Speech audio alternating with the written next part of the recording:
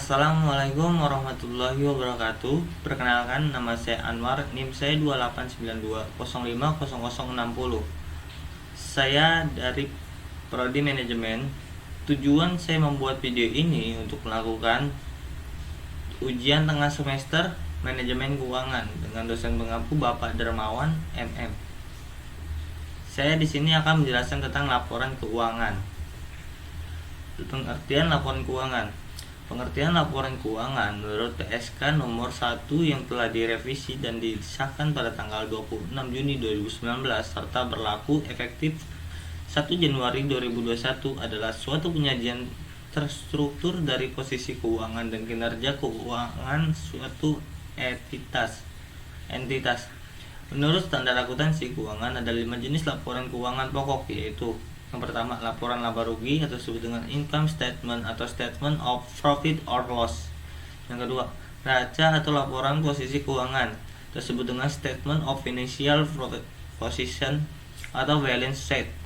Yang ketiga, laporan arus kas atau disebut dengan statement of cash flow. Yang keempat, laporan perubahan modal atau laporan perubahan ekuitas atau laporan ekuitas pemilik. Yang kelima, catatan atas laporan keuangan tersebut CALK. Jadi, laporan keuangan menggambarkan kondisi perusahaan beserta aktivitas bisnisnya selama periode waktu tertentu, misalnya 1 tahun. Tujuan laporan keuangan: yang pertama, memberikan informasi keuangan yang dapat dipercaya.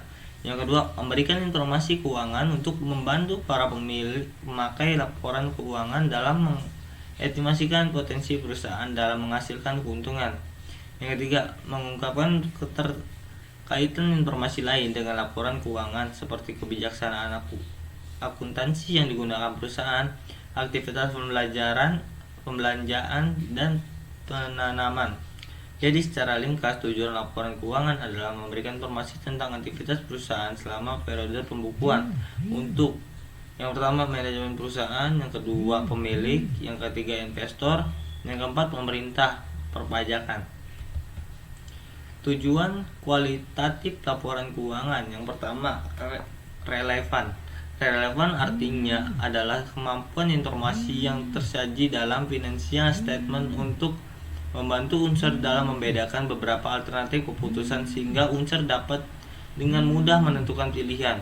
Yang kedua, dapat dimengerti. Laporan itu bisa dimengerti, artinya informasi yang disajikan dalam financial statement bisa dicerna maknanya oleh user. Yang ketiga, daya uji. Pengertian daya uji adalah kemampuan informasi yang untuk memberi keyakinan yang tinggi kepada para unsur karena tersedianya sarana untuk menguji ketepatan dan validasi informasi dalam financial statement. Yang keempat, netral. Definisi netral adalah ketidak berpihak pada kelompok tertentu dalam pelakuan akuntansi. Netral bukan berarti tanpa tujuan dan bukan berarti informasi yang disajikan tidak mempengaruhi perilaku.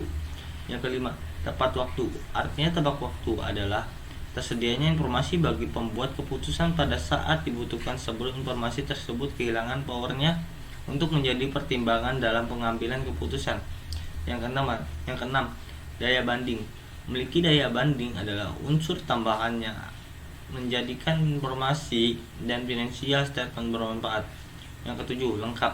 Informasi yang disampaikan dalam financial statement adalah lengkap, mencakup semua aktivitas perusahaan sehingga para pengambil keputusan bisa menjadikan sebagai pedoman dalam proses pengambilan keputusan. Jenis-jenis laporan keuangan: yang pertama, neraca atau laporan posisi keuangan pada akhir periode. Yang kedua, income statement atau laporan laba rugi komprehensif selama periode. Yang ketiga, laporan perubahan ekuitas selama periode. Yang keempat, cash flow statement atau laporan arus kas selama periode. Yang kelima, catatan atas laporan keuangan. Laporan posisi keuangan pada awal periode kooperatif yang disajikan saat perusahaan menerapkan suatu kebijakan akuntansi secara retrospektif atau pembuatan penyajian kepada kembali pas-pasan laporan keuangan atau ketika perusahaan merealisasikan pos-pos dalam laporan keuangannya. Laporan laba rugi, income statement atau laba Laporan laba rugi adalah jenis laporan keuangan yang menyajikan pendapatan dan kos atau biaya selisih antara keduanya merupakan laba atau rugi perusahaan dalam suatu periode akuntansi. Neraca, balance sheet atau neraca atau laporan posisi keuangan adalah jenis laporan keuangan yang menyajikan nilai aset, liabilitas dan ekuitas perusahaan. Dalam menyajikan laporan ini, jumlah aset harus sama dengan jumlah liabilitas ditambah ekuitas. Ada contoh laporan keuangan perusahaan umum daerah minum Batu Akal Berau. Ini aset. Nah, ini ya guys. Perusahaan daerah air minum Tirta Segah Kabupaten Berau, neraca tanggal 31 Desember 2019 dan 2018. Ada aset lancarnya tahun 2019 15 triliun 900 ini ya. Nah, itu ya. Baik, begitu saja yang bisa disampaikan. Wabillahi taufiq wal hidayah. Wassalamualaikum warahmatullahi wabarakatuh.